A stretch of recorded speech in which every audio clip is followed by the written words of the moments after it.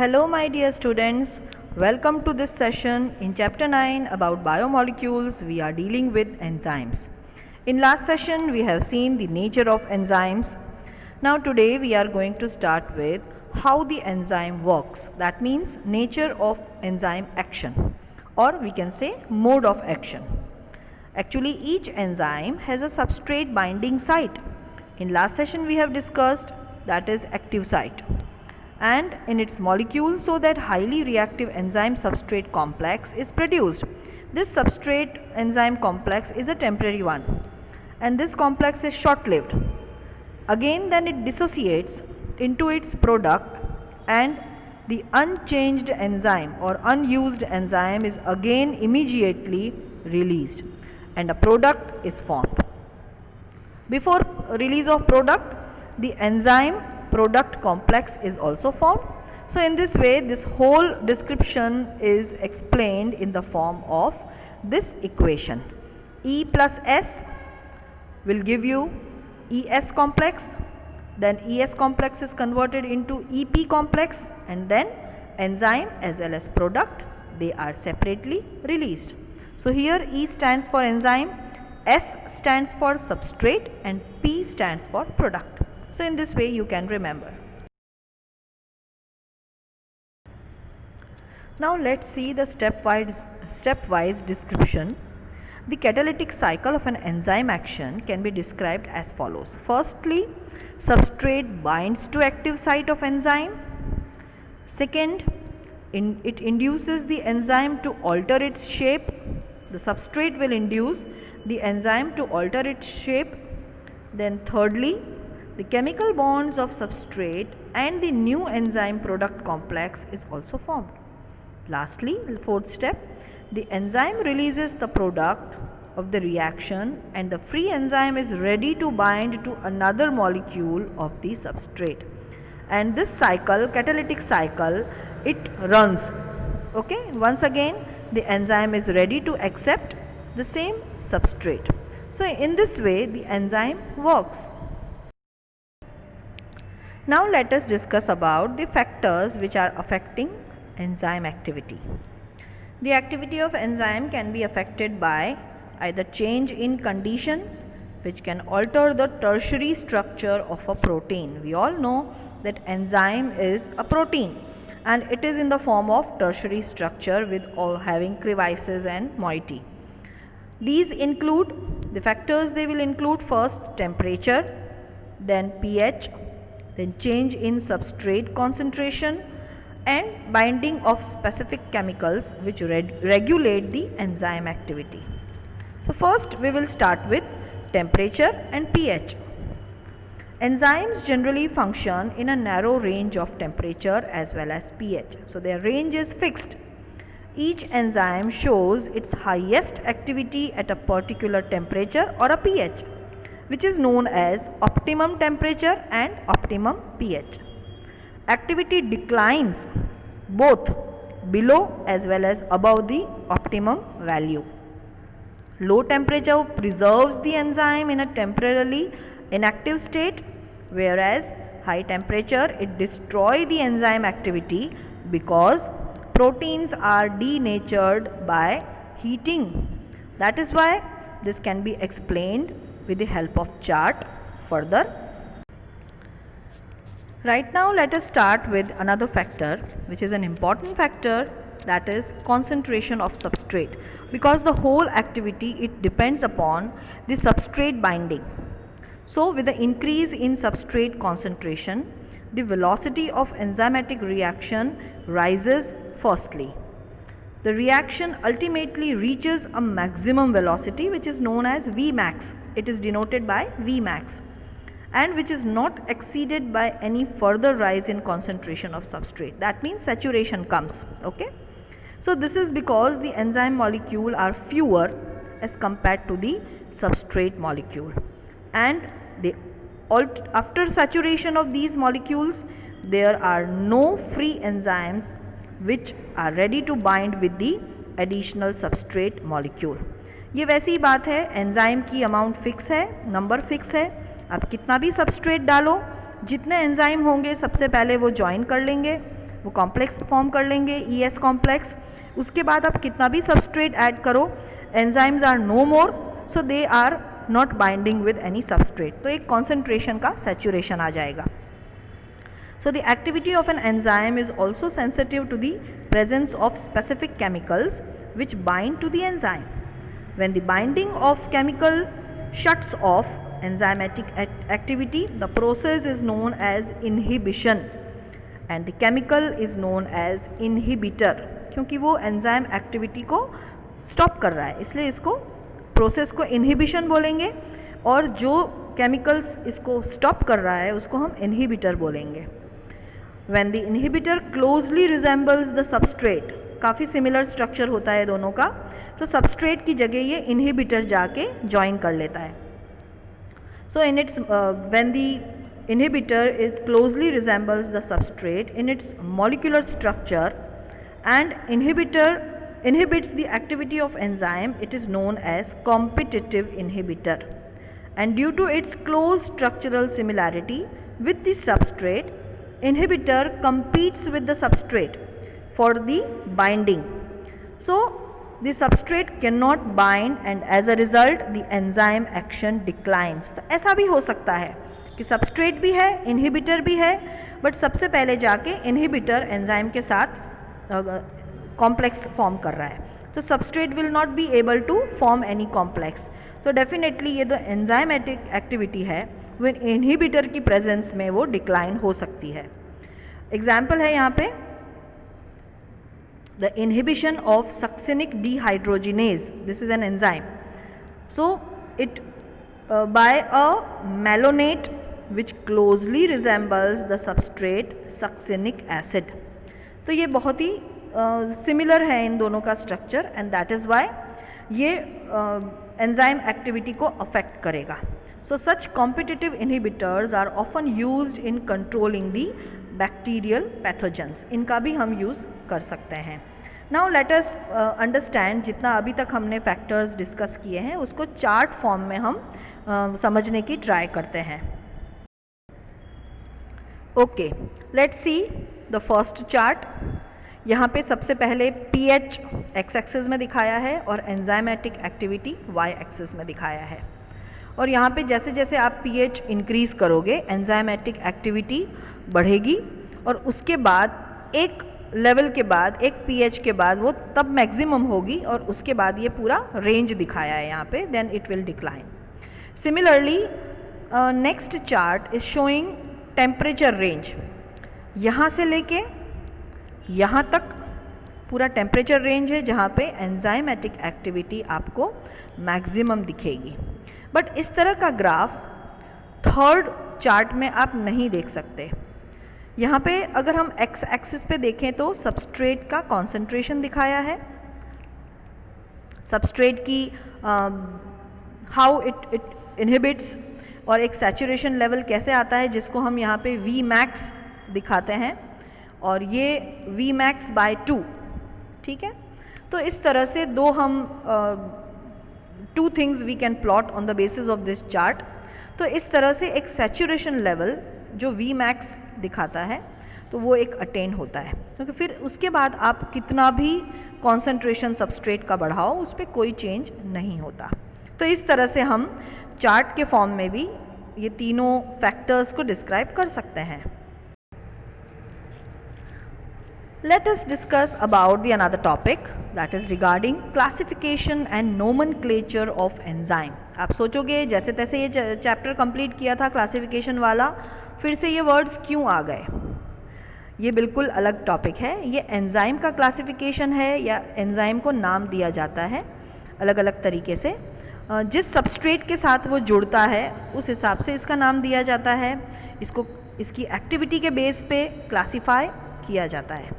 So actually there are thousands of enzymes which have been discovered. तो हम कैसे किस एंजाइम को कैसे पहचानें, ठीक है, उसके लिए ये ईजी तरीका है। So most of these enzymes have been classified into different groups which are based on type of reaction they catalyse.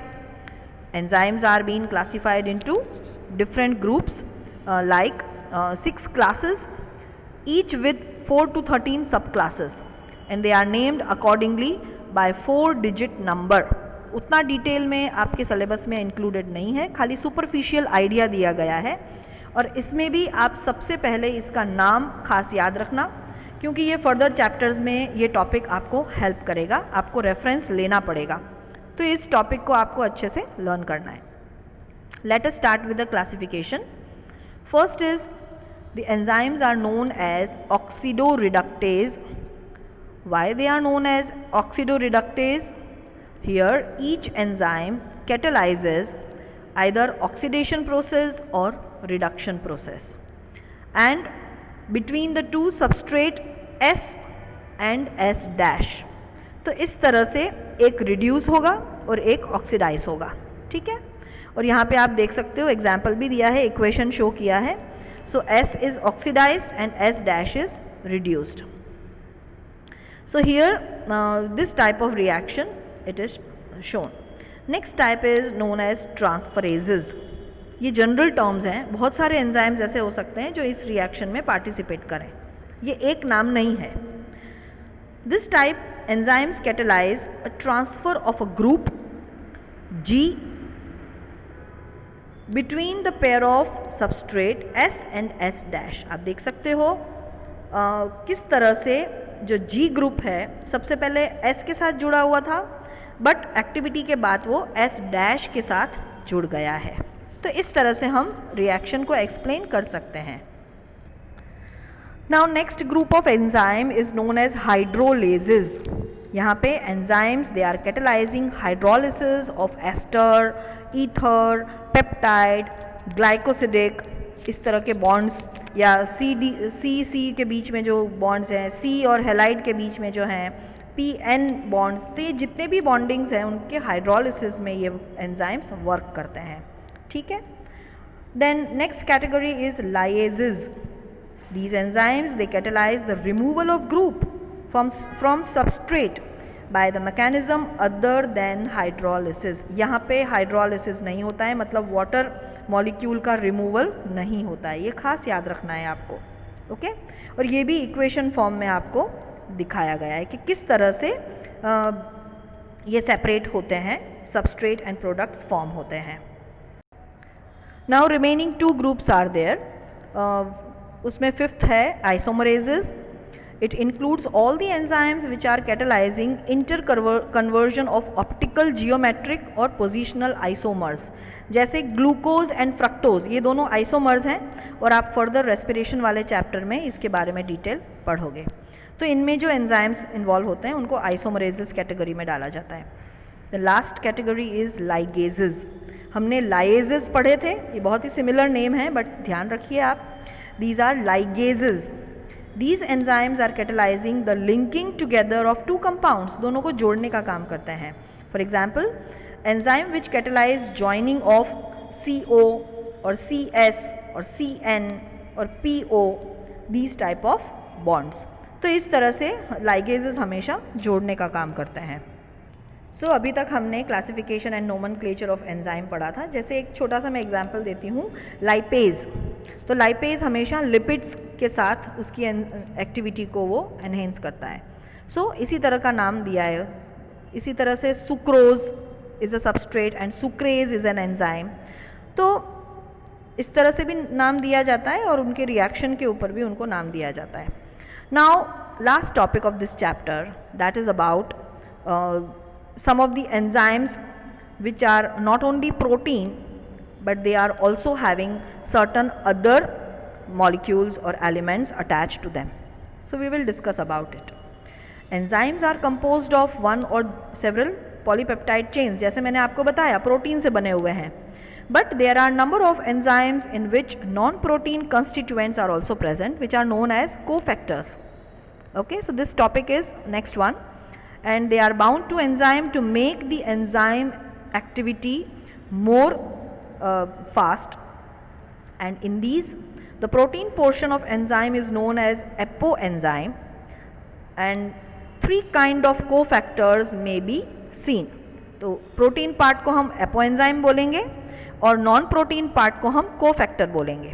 तो कोफैक्टर यहाँ पे 3 तरह के हो सकते हैं, आइदर प्रोस्थेटिक ग्रुप और कोएंजाइम्स एंड मेटेलिक आयंस। तो इस तरह से 3 कैटेगरी में हम उसको डिवाइड कर सकते हैं। Let us discuss about them in detail. So first non protein part को हम बोलेंगे prosthetic group. Now prosthetic groups are organic compounds, ये खास वर्ड आपको याद रखना है। These are organic compounds and are distinguished from other cofactors in that they are tightly bound to the apoenzyme. Protein part से वो बहुत tightly जुड़ा हुआ रहेगा। For example in peroxidases and catalases which catalyze the breakdown of hydrogen peroxide to water and oxygen. Heme is the prosthetic group and it is a part of active site of an enzyme. ठीक है, तो यहाँ पे heme is a prosthetic group. Another category is coenzymes. Coenzymes are also organic compounds but their association with apoenzyme is only transient. थोड़े ही time के लिए वो जुड़े रहते हैं, इतना टाइटली बाउंडेशन नहीं होता है जैसे हमने प्रोस्थेटिक ग्रुप में देखा। तो ये एक one of the differentiating point है and usually occurring during the course of catalysis. Further coenzymes serve as cofactor in number of different enzymes which are catalyzed reaction. The essential chemical component of many coenzymes are vitamins. इसीलिए vitamins की importance होती है और vitamins बहुत ही small amount में हमारी body को चाहिए होता है बट बहुत ही इम्पॉर्टेंट फंक्शन होता है उसका, क्योंकि ये जितने भी एंजाइम्स हैं उनकी एक्टिविटी को वो असिस्ट करता है। For example coenzyme nicotinamide adenine dinucleotide, जिसको हम शॉर्ट में पहचानते हैं NAD। सिमिलरली NADP, इसका फुल फॉर्म है nicotinamide adenine dinucleotide phosphatase. So they contain the vitamin niacin. ठीक है, तो ये इसकी इम्पॉर्टेंस है। लास्ट कोफैक्टर की सब टाइप है metallic ions. A number of enzymes they require metallic ions for their activity which form coordination bond with side chains at the active site and at the same time form one or more coordination bond with the substrate. For example, यहाँ पे example आपको सभी में याद रखने बहुत compulsory हैं। Zinc is a cofactor for proteolytic enzymes like carboxypeptidase. ये सारे एंजाइम्स हम फर्दर चैप्टर्स में फिर से रिफ़र करेंगे, तो आपको ये सब याद रखना पड़ेगा। Catalytic activity is lost when cofactor is removed from enzyme which testifies that they play crucial role in enzymatic activity. आप सोचोगे कि जिंक है, नहीं होगा तो क्या फ़र्क पड़ेगा, बट ऐसा नहीं होता। अगर इनकी इम्पॉर्टेंस है तो इनकी प्रेजेंस बहुत ज़रूरी है, नहीं तो पूरी एंजाइम एक्टिविटी रुक सकती है। So they are very important and we all know that mineral ions we get from salads and fruits. इसीलिए ये सब हमको ज़रूर से अपनी डेली डाइट में इन्वॉल्व करना चाहिए। Now let us discuss about exercise in the last of this chapter. Though all the exercise questions are necessary to solve, but जो ज़्यादा इम्पॉर्टेंट हैं और थोड़े इजी भी हैं आपको, और अच्छे से आप सबसे पहले इनको याद करिए, इसलिए मैंने टिक मार्क किया है। जैसे क्वेश्चन 2, क्वेश्चन 7, ये आपको सबसे पहले अटेंड करने हैं, उसके बाद बाकी के भी आप बाद में करना, बट सबसे पहले आपको ये नोट डाउन करने हैं। क्लास वर्क में हम डेली का वर्क करते हैं, उसके साथ साथ जब चैप्टर एंड होता है तब लास्ट में हम एक्सरसाइज डिस्कस करते हैं। तो एक्सरसाइज के ये क्वेश्चंस आपको पहले करने हैं, ठीक है। इसी तरह से बाकी के क्वेश्चंस जैसे कि 9th, 11th एंड 15th मैंने सबसे पहले टिक मार्क किए हैं, तो ये भी आपको पहले करने हैं। और बाकी के जितने भी क्वेश्चंस हैं वो आप पूरा चैप्टर अच्छे से एक बार रिवाइज करिए, उसके बाद आप सॉल्व करिए, ठीक है। तो इस तरह से हम आज चैप्टर 9 जो बायोमॉलिक्यूल्स के बारे में था, बिल्कुल नया चैप्टर था। इवन फर्दर आपके जो कॉलेजेस हैं या अदर स्टडीज़ हैं उसमें भी ये चैप्टर यूज़फुल रहेगा। And it is a combination of biochemistry. तो बायोकेमिस्ट्री के अंडर में ये चैप्टर आता है जिसमें we are dealing with chemical nature of all these compounds which are present in biological world. तो इस तरह से हमने ये चैप्टर भी कंप्लीट कर लिया है। So hope you liked it and please complete your work, submit your work in time, especially the day which we have decided, and take care. Bye bye students.